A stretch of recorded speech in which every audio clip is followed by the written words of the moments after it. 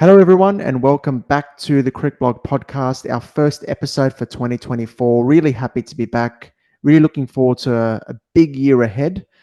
Um, Charbel here from CricBlog, Australia fan, joined as always by my co host Nash, India fan, and Mumbai Indians fan. And we're going to talk about the IPL in this podcast. But, Nash, how's things, mate? Yeah, things have been good. Melbourne is into its winter now, so getting a bit of Mm, windy weather and wet weather over the last few days. But it's been yep. good. Looking forward to discussing IPL with you over the next couple of months, and then that will lead us into the World Cup, the T20 World Cup, which is always the big talking point for everyone, and Yep. lots of exciting things to come from this IPL episode and the future episodes as well. How have you been? I've been good, mate. We had a pretty cold day today with rain and wind as well. And last Friday there was bucket loads of rain. So yeah, we're getting ready for the winter months. Yeah, been good. Had a second baby about five Yes, weeks ago. So congratulations for that. thank you, Congratulations. thank you. Yeah, so it's been all hands on deck, very busy, but it's been good. She's a better sleeper than our first. That's always handy. Um, but that means I don't watch as much IPL during the night, but Yeah, still following yeah, it very closely. And that's what we'll talk about today. The first couple of weeks of the tournament. Just right off the bat, the teams that have impressed you the most, Nash, and we'll probably delve into those a little bit, and also the teams that have disappointed you, maybe including your Mumbai Indians as well. But we'll start with the teams that have impressed you. What do you reckon? Rajasthan Royals there? yeah, absolutely. Look, they have started really well, winning 4 out of 4. And yeah, they are right at the top. It's going to be really difficult because the they have won 4 of 4, and then the table is very equal after that. Yeah, yeah, KKR, Lucknow Super Giants, who we'll talk about Mayank Yadav as well. yeah. And who has been the the talk of the town for this year's IPL. So yes, Rajasthan have impressed me. We'll talk more in detail about what they are doing right and Mm, how they could sort of keep that momentum going. But yeah. tell me about you. Are you impressed by Rajasthan? What else? Which other team do you think has the sort of the pedigree to go all the way? Definitely Rajasthan have impressed me. I've been impressed also with KKR. I think sort of the reason why I picked them before the tournament to make the playoffs was I think the influence of Gautam Gambhir back at the franchise, this time as a coach. They've been very powerful, very strong. I know they had a loss yesterday in Chennai, but that happens. I think Lucknow was, they weren't in my top four. I had Rajasthan, Kolkata, Chennai, and Mumbai Indians in my top four, but Lucknow was very close, and they're showing why that they're a contender not only for playoffs but to cause some problems at the back end of Yep. the year. And Mayank Yadav has been a wonderful addition for them, and Chennai very good at home. Probably got to sort out their away form, which they probably can later in the season as well. So I think they're the teams that have impressed me. Yeah, I think Rajasthan look really, really strong. And the thing with them is that Jaiswal has not got going at Exactly. all. Can you imagine Exactly. if he gets going and sort of starts finding those runs as well? They're going to be even better. But they look a very well-rounded team, and they've got the balance of their team right with Rian Parag at four. I think Yep. they watched the side Mushtaq Ali Trophy very closely last season. He got the most runs in that tournament, and he was batting at number four. That's his Yep. position. They finally got that right. Sort of released Devdutt Padikkal. It wasn't working for them in that position last year. Put Parag in, and that's added another dimension to their team. Absolutely. And look, I think he's got a 40, he's got a 60, I think. He's done well at number 4, which is a key position in any It is. format. And It is. yes, you're right. Jaiswal hasn't fired, and there's still a few games to go for him as well to make that cut to the Indian national team as well for the T20. So Mm, I think he'll be eyeing that this IPL to get into that rhythm and to get into the mold for the Indian T20 side. So yep. having Josh Butler firing up with 100 as well, that has helped Rajasthan a Big lot. time. They have played as one unit, and to be honest, look, I think having Ashwin and Chahal in your spin department, at some stage it gets criminal. You not Yeah, you it's shouldn't be so allowed to spoiled. have that. I And think they yeah, got them together for cheap. Remember in the yeah, I think auction it a was like couple. 12 or 13 crores or something. And That's a steal. Yeah, it is because look, I think you have Trent Bolt at the top, and Ashwin and Chahal as your spinners. I think that's a power pack yeah, bowling department, let alone only the spin department. You got Bolt coming in at the top. They might go for runs here and there, but I think they've done the hard yards in the first four games. I think they've you know yeah, yeah. they've let the runs go away as well with like RCB. Virat Kohli scored a wonderful 100, but they've chased that down. They've restricted MI to a low score. Both Mm. batting and bowling has fire for them, and they'll definitely hope to keep that going during the rest of the tournament. They've been good with their retentions and recruitment the last couple of seasons, I think. And Nandre Berger from South Africa coming in and making an impact, and I think Sandeep Sharma before, I think he's got a bit of an injury at the moment, but he was bowling beautifully at the start of the season. So they look a really well-rounded team. The thing with Rajasthan is they started promising last season as well. Not as good as this, but they fell away really badly. So the challenge for them is to produce a campaign right the way through, be consistent. That's the Absolutely, test. That's the absolutely. test. Talking about the second team that was on your Yeah. radar for the playoffs, KKR. What do you make of them? They've put up a big score a few times this season. They've put up a Mm. couple of 200s. Yep. Yep. They've lost a game against CSK, but they've chased a good target, in the 180s. So it's a mixed bag. They've lost only one, but where do you see them going? Very, very good on flat pitches with the bat. Uh, Dynamite batting lineup. The big question that we sort of saw yesterday in Chennai is, they're going to be faced with slower pitches, and how do they adjust to that? Sonu Narayan has wound back the clock this season. Andre Russell has in a way as well. The power is there, but when the pitches are slow, can they adjust their tactics accordingly? Because they've got two good spinners in their own lineup as Mm, well. yep, yep, But absolutely. that's going to be the question for them, I think. Whether there's enough, you know, of an ability in a way to both mentally and in execution to just adjust to those conditions, because you're not going to get flat pitches every game. So that's going to be the thing that they've got to look at. And I think they want to get right is the form of Mitch Stark, 24 crores, Yeah, taken. that's He's gone that. wickеtless I was three of the um, I four was going games and to been expensive. I was Yeah, going to come to that question. Is Stark as yeah, the costliest player in the IPL, mm. coming back after what, 9 years. Made Yep, a name for himself early on, but as in early back in 2014, 15 when he last played. But yeah, everyone kept saying that it's too much money yeah. for Stark. He's not that kind of a bowler in T20s as he's in one day international, or maybe even like 2013 T20 Stark. Or Mm, mm, mm. if you think about it, he was never that great in T20s in general. He has put in some performances, but if you think about T20 bowling, you don't have Stark on the top of your mind No, straight I don't away. think So so. I think you're right with that. He hasn't quite nailed it like yeah. ODI cricket, 50 over A- cricket. That's been the format. Absolutely, Yeah. and with KKR, what it is I think with their batting, they've got the classic T20 unit with Phil Yes. Salt at the top, with the youngster Ankush Raghuvanshi, coming in as well. You obviously got Sunil Narayan, who is very very experienced.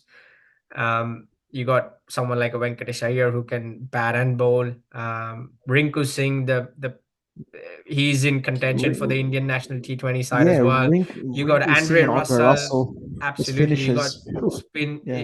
Varun Chakravarti, who's had international experience as well. So it's all in all, I would say a well balanced side. Yeah. If they get that Stark sort of tactic fixed in and locked in for Yeah. the longer period, I think they could be very well into the playoffs and even go all the They way. could be. They could be. They've got that potential. They've got the power. They've got the balance. But yeah, it's about be consistent now this middle part of the year, part of the season, because you've lost the game. So how are you going to respond to that? That's going to be a big question for them, because KKR over the last few seasons, they can go on really bad runs. They've shown that's been a problem for them the past few years, why they haven't qualified for the playoffs. I think they've missed the playoffs for the last 5 years, if I'm not mistaken. The And reason why is they go on runs where they lose 4 or 5 games in a row. They can't be doing that again. yeah, and look, that's what I love about these long seasons. I mean, it's not like a Premier League season where it's 9 months, but 14 games is a long season. Yeah. When it comes to T20 cricket, because like Mm. Rajasthan, you can start with 4 games, 4 wins out of 4 games, and then go on to lose the next 5 or 4 and have a really bad run, and then end up nowhere near the playoffs. So Yeah. whereas you could have a season like Mumbai Indians, traditionally they are slow starters. They lose first 3 matches, 4 matches, and then have a blinder and and win the cup. So it's a Yep. real it's really key to keep that momentum going. Even if when you lose a game here and there, I think you shouldn't let yourself affect too much with that loss, Yeah. and just fix what's gone Agree. wrong and make sure you're doing the key things right, and then just Agree. focus on playing basic simple cricket. Absolutely. Absolutely agree. And that's going to be the key for KKR. On to Lucknow. They've been very solid. I think the emergence of some of their quick bowlers, Yash Thakur, a great 5 wicket haul in the last game against Gujarat. And you got the other Mayank Yadav as well. I'm not sure about his injury. I think he's got a bit of an injury at the moment, so hopefully that's not too serious. And they say what you'll miss a week, but we've heard of these things before where a week turns into 3 months or something. So hopefully it's nothing serious. Yeah. But that's been the thing with Lucknow. They've been really efficient. I think they're just maybe a bit under the radar. Maybe not as hot as the Rajasthan Royals and the Kolkata, but they're right there in amongst them. What is your assessment on them? Yeah, absolutely. I think they fly a bit under the radar, and I Mm, think that's how they like it. To be honest, they would prefer that, because other teams might not see them as a threat, and they mm. can just pounce on you with their fast Yeah, bowling, yeah, with their batting lineup as well. They've got Quinton de Kock, they've got K. Rowell at the top. They've got Deepak Huda, Nicholas Puran, and Marcus Stoinis in the middle. So it's a good side. I wouldn't say it's a greatly experienced side, but when you've got someone like Quinton de Kock and K. Rowell at the top, I think that can set the well, tone very well. I'd say it is. I'd say it is an experienced batting lineup. The Yeah, but when Hall, you got Sloan's Puran. Padikkal and Badoni coming in at 3 and 4, you sort of True. lose that experience in there. And yes, Deepak Huda is experienced as well, but he's not experienced, Yeah, say, as Marcus Stoinis or Quinton de Kock. interesting the combination there because you're right. Padikal and Badoni are on the inexperienced side, so you probably wouldn't bat them together at any one stage in a match. So you probably put Stoinis in or Puran in, depending on who's in at the time. But yeah, but I think they've been pretty good so far on the Justin Langer so far, and they look good. I think at home, similar to Chennai, I think slow conditions at Lucknow they'll make it difficult for teams. They're so good. What I like about Lucknow is contrary to a lot of other teams who like to chase scores, these guys are brilliant defending scores. Yep. So I think they've won 15 of 18 in the IPL since they were formed, bowling first. When they bowl first, they won 15 of the 18 games. That's an unbelievable record when you look at the dominance of chasing teams in IPL cricket. Yep. Um, Something like that in pressure games back into the year, if you're there and thereabouts in the playoffs and the final, and you're able to defend totals with some good bowlers in that lineup, anything's possible, man. Absolutely, especially pitches like India, where you can score a big score. Teams usually go for Yeah. bat first, put a big score on, um, and Mm. then defend, but yeah, when it comes to Lucknow, they've got a good bowling lineup as well, because you got a spinner Yeah. like Ravi Bishnoi, who is also I've said this twice already for the first two teams, but he's also in contention for that T20 There's World a Cup lot of spot. spots up for So, grabs. Yeah, he's playing for that as well. So he's got a lot to prove as well. So, a bowler like him who can dart the ball, who can spin the ball, it becomes really key when you're defending a total. absolutely. And you got players like Krunal Pandya who can deliver when needed. But that's the thing, right? Yeah, Ah, teams probably, in a sense, in T20s have lost the art of defending totals. I know there's a lot of factors to that, due and powerful batting lineups, etc. But Lucknow are very good in that regard. Um, On to Chennai. They round out the top four at the moment after they've played 5 games now, yes. 3 wins and 2 losses. All 3 wins at home, 2 away. That's probably one concern I had about Chennai coming into the season is how they're going to perform away from home. It's going to be a question for them to get right later in the season. But at home, that the first slow pitch at Chepauk this season, and they dominated KKR. What's impressed me about them, I don't know if you agree, because this guy's a contender for the T20 World Cup team for India as well. Shivam Dubey. Expect some slow pitches over there in the West Indies and USA. Yeah. Spin's going to play a key role. He's a brilliant spin hitter. He What do you is, reckon? and absolutely, you're right. But my only bone with him is that it's his footwork. It's how India use him. If India use him purely as a finisher in the last 5 overs, um, that could be a potential spot for him. But if they are looking at him to play You the wouldn't long use him as innings, a spin hitter in the middle. It doesn't have to be a long innings he has to play. It could be an impactful one in the middle because that's where India, I think, have fallen short in big tournaments, particularly in T20. They're a bit too conservative, maybe up front and in the middle, where you can have a guy like this who can go hard for a few overs there and put the pressure back on the opponents. yeah, and that could be a potential spot for him as well because in those middle Mm, overs after just after the power play from over 7 to maybe 15 as well. yeah, But yeah, it depends how other bowlers, how other teams counter that. mm, Other team coaches and other teams will be looking closely at Shivam Dubey as well. What are his weaknesses?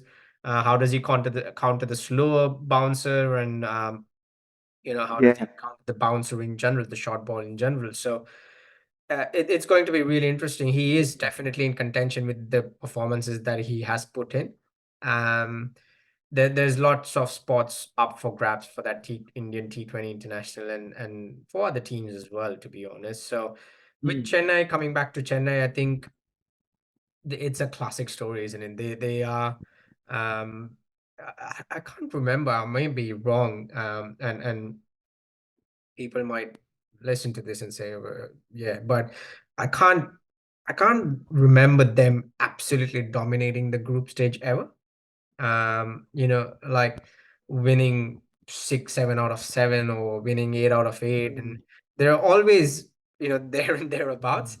And that's Yeah, the yeah, beautiful yeah, thing yeah. about Chennai is they might lose a couple here and there, even might give you a sniff in a close game, but they'll always back themselves to perform in crunch situations, and that's why they are one of the most successful Mm. teams. Yeah, I mean, Mustafiz Rahman has come in. He's made an impact. They just got this ability to get the best out of players you thought probably don't have the same impact as they once did, but that's what they do. Just a quick word on Ruturaj Gaikwad's form. Do you think he's batting with enough intent? I know there's some debates going on about that, and I'm sure we'll touch on Virat Kohli and the debate around him later in this pod. But in terms of I've got a Gaikwad, very if you, different I've got a very different opinion on Virat Kohli, which you obviously know. So I might be mm, biased, but I think with intent, I don't know what it is about Indian players and when they get that captaincy. Same thing happened with Hardik Pandya as well. I think I don't know what it Rahul, what it he's had what that. it is, a mental block or something, but Maybe it's just the thing of, oh, I've got added responsibility now. I've got to bat through. It's an interesting thing you say there. I think that you're onto something. yeah, because I think Mm. and when it comes to teams, we never know what happens on the inside, so we never know what the plans are, and to Mm, them, mm. I think they might be playing to their plan to the performing to the T. So it's always a really interesting outlook that fans have us Yeah.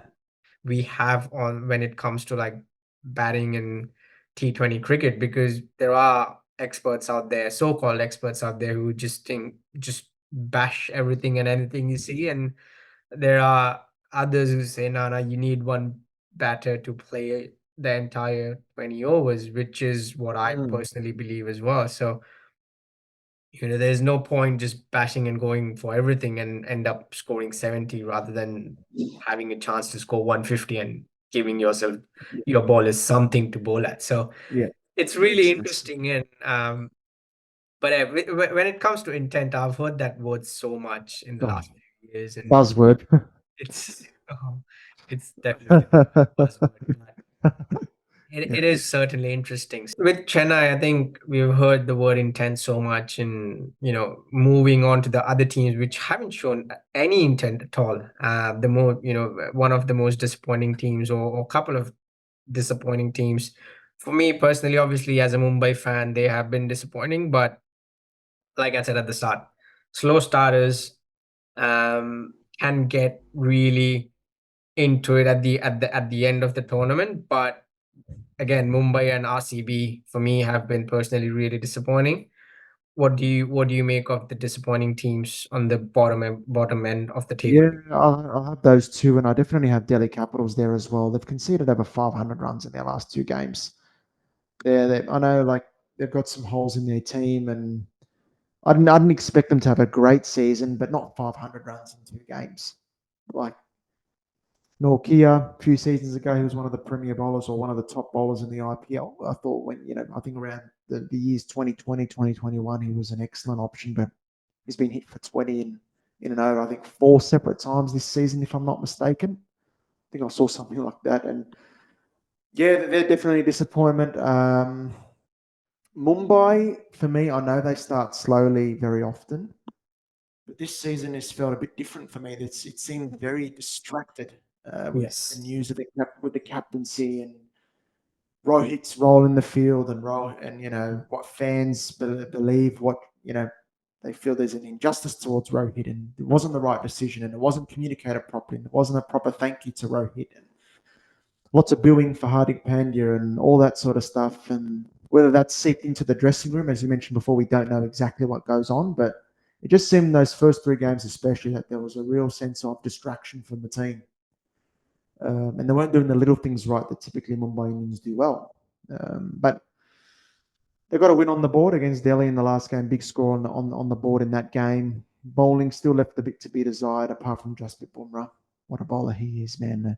As long as you've got him in your side, you're a chance. But they've got to start really performing well as a team and putting some wins together, because this time around it's 10 teams, right? You got 10 yep, teams, four spots. If you start too slowly, might be too hard to catch up. So that win on the board against Delhi was big. And then absolutely. hopefully for them as well, Surya Yadav, he just come back, didn't score in his first game, but hopefully he gets into some rhythm soon for the Mumbai Indians. Yeah, absolutely. And look, I think the whole captaincy saga does play a bit of a role on the mental I side don't of think it was things. handled very well, personally. I don't think it was handled well. I don't know what you think, but Look, I think I just think, for all we know, what happens behind closed doors stays behind closed doors. So there, for all we know, there might have been a perfect transition behind closed doors from from Rohit Sharma to Hardik Pandya. We don't know. But what I'm saying is that whole how it played in the media, yes, it wasn't handled well from a PR point of view, from a media point of yeah, view, and exactly. then that left a bad taste in for the fans. And yes, Rohit Sharma has given a lot to the franchise, to the club over the years, 5 trophies. Um, and it felt like there's groups forming in the team. And from after Rohit Sharma, personally, it should have been Surya Kumar Yadav who gets the captaincy, or maybe even Bumrah as well, who's been Mm, a loyal servant to the club as yeah, well. So it's a real hard basket. But well, come on, when it comes to playing on the field, I think each one of those players is a star player. Tim yeah, David it's a coming to the party wonderful last team. game, Mm. Romario Shepherd coming to the party. We haven't seen Surya Kumar Yadav fire it. Even Tilak Verma hasn't fired so far. So Rohit Sharma with his 40s. What a story that is. Rohit Sharma at 40s. So it's going to be really interesting to see how this win what this Mm, win does for Mumbai Indians and their morale going forward. But as you said, yes, mm. it is 10 teams. They have to keep it going.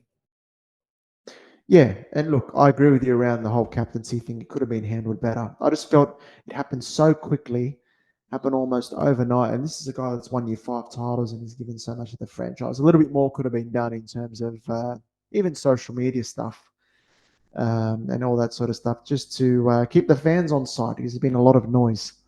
I think that's been an issue for Mumbai. But as you said, the next game is going to be vital for them. I've touched on Delhi. Their bowling is just, I mean, got some good bowlers in that side. Kuldeep's been injured. That's been a big problem, though. Mhm. Having him, he's been bowling brilliantly in the last few seasons. All over the place. A net run rate at the moment of minus 1.37. I'd put a line through them now, even though you got some talent there in Tristan Stubbs, etc. There's just not enough going for them to make a run to the playoffs with the teams that are there. And another team that disappointed me a lot is RCB, but not too surprising, I must say. The reason why I say that is it's a very good batting lineup on paper, although it's only been one player who's performed consistently.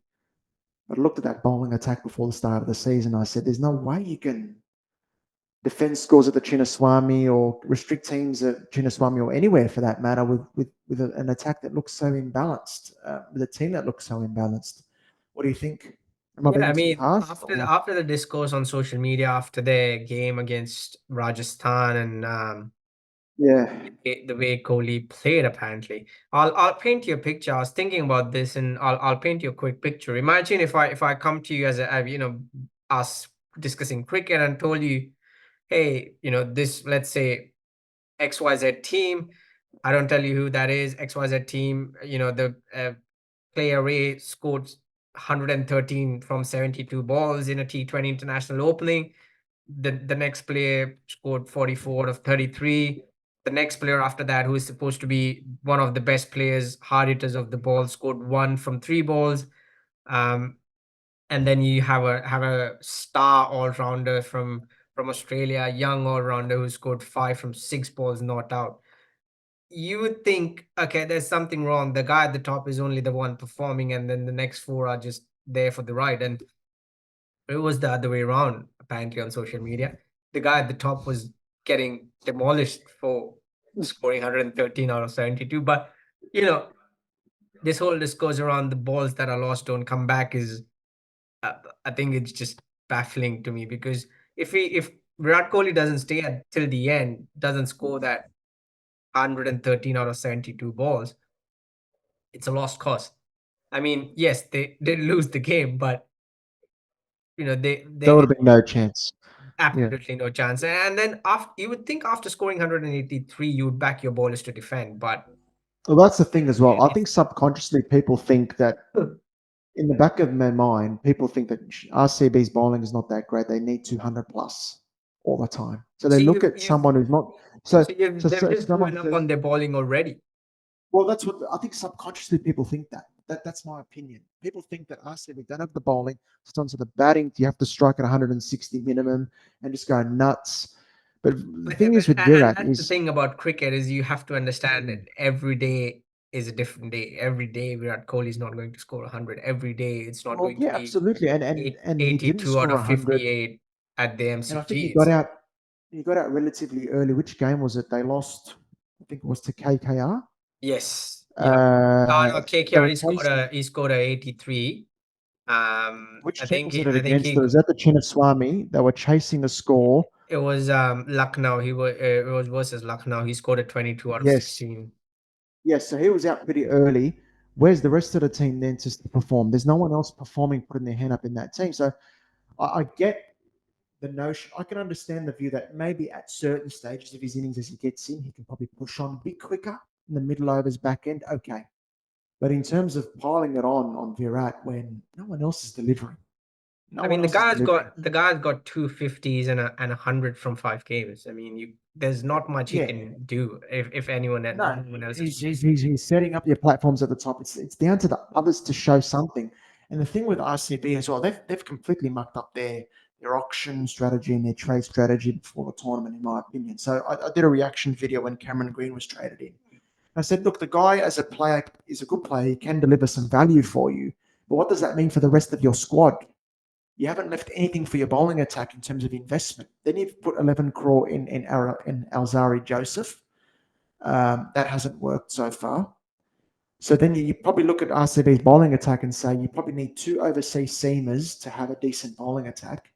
But you've got Faf, Virat, and Cameron Green, and you're not even making room for Will Jacks as well, not even giving him a chance. So why invest 17 crore in Cameron Green when you got Will Jacks there as well? Yeah. And you've got issues with your bowling. I think those are the big issues for RCB, not Virat Kohli. RCB just buys players so other teams won't buy players.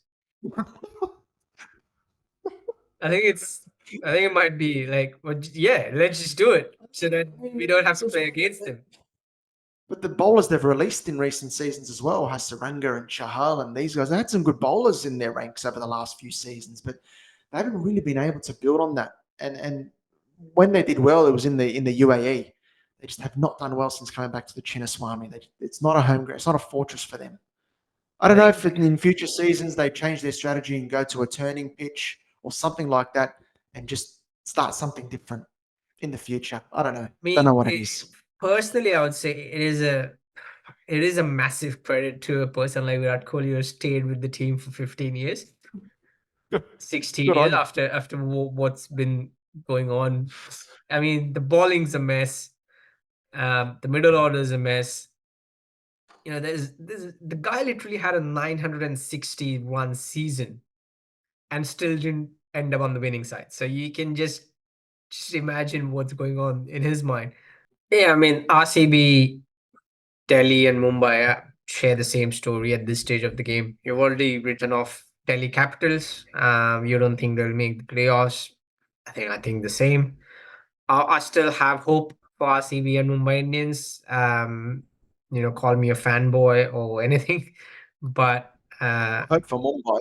Look, I hope for Mumbai they can do it.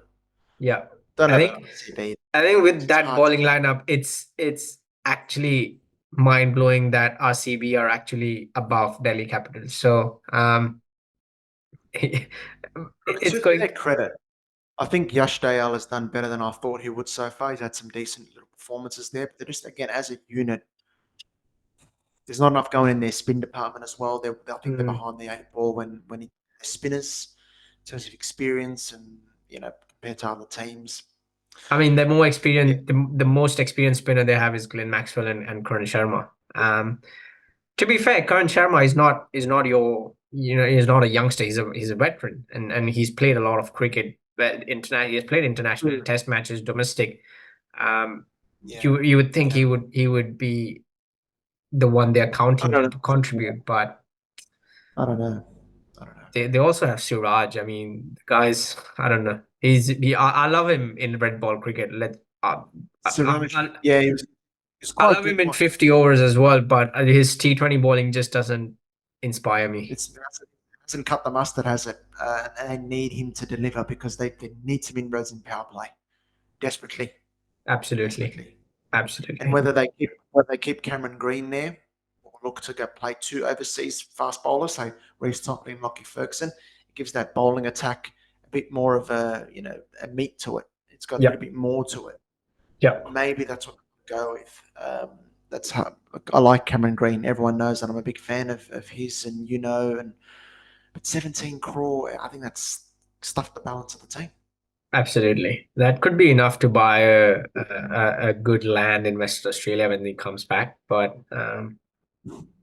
now, look, one of the arguments for Cameron Green was he's a long-term option. So when Faf goes, they can keep Cameron Green there. But it wouldn't surprise me. If you talk about IPL, there's no long-term options aside from Virat Kohli and Rohit Sharma, to be honest. Just these guys, but yeah, like I thought, look, Faf du Plessis is 39 and he probably won't be there next season, etc. So Cameron Green can then move to opener, but you have to keep him now if that's the plan. Imagine releasing him, then you've hurt a season, you've hurt the balance of your team for a season, for nothing. So You don't say he might not be there next year. That's what we have been saying about MS Dhoni as well for the last 5 years. So you never know. You never know. That's what we have been saying about James Anderson for the last 5 years. You never know. But yeah, I think with the mid-table teams, There's three the teams on four now. the Chelsea and Manchester United of IPL. Uh, Would it be that hard? Those two are woeful. well, um, Sunrisers Hyderabad and Punjab Kings. Pat Cummins, Good on four as well. good jersey. I like the jersey. Sunrisers Hyderabad. I know everyone's the jury's still out. Everyone has a different opinion. I quite like the jersey. Maybe a bit busy, but it's all right. Um, I think they've got a little bit more going for them than the jersey alone. yeah. What do you there's make of a their lot of- season so far? Quickly. Yeah, there's a lot of power in that lineup. Very good at home, 2 wins at home, but I think they're away at Punjab tonight. Yeah. That's a big game. So both those teams 4 points, 56 respectively. So a win, you go into the top four. If you get enough net run rate, but Yeah. to go level with those three teams that are on 6, that's a big game. So Yes. how well Sunrise decided about in Punjab. The issue for me with those two teams, why I had them missing the playoffs, is just consistency. It's like they can produce a game, then they can produce a poor one the next game. They can't string a lot of. That's particularly the case with Punjab. They don't win consecutive games. They don't do it very often. You look at the last 5 years, 6 years, they'll win one, they'll lose 2, then they'll win another one, and you know what I mean. They don't lose too many in a row, but they never win enough in a row as well. So that's going to be the big challenge for those two teams now. But I like, the Shawshank Redemption. That's been fantastic. He's fantastic performance from him. I remember watching the auction when they bought him.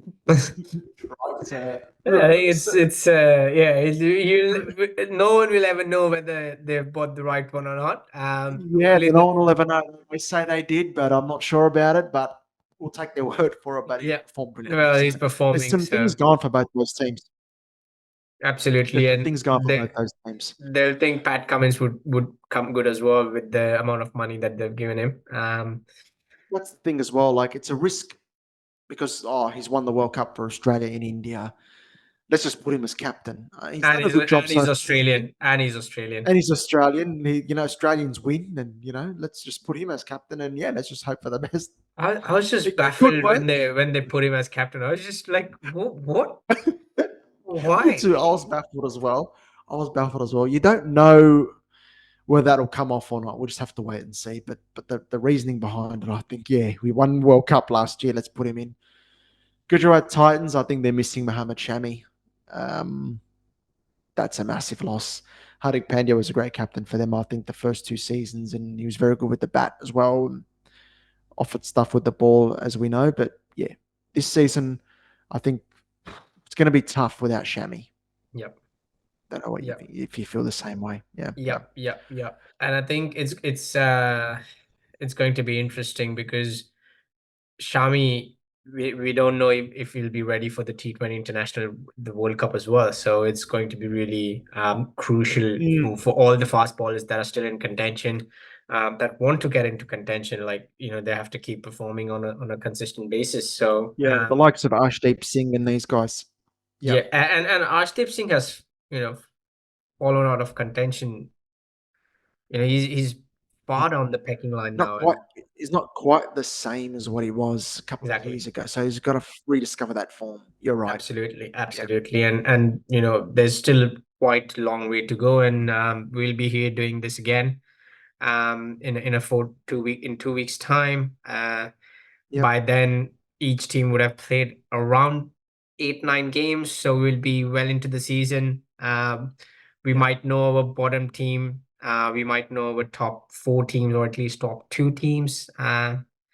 Really looking forward to doing this again. It's been really lovely. Thanks. And to the listeners, to the followers, we'll be putting the full episodes on YouTube as well as shorts and snippets from the podcast. So CricBlog TV is where you can find us on YouTube, at CricBlog Pod on Instagram and Twitter as well. So we'll be posting content throughout the fortnight of our discussion here today. Thanks for listening, guys. Thanks, Nash. Thanks, everyone. Have a Thank great you. week ahead.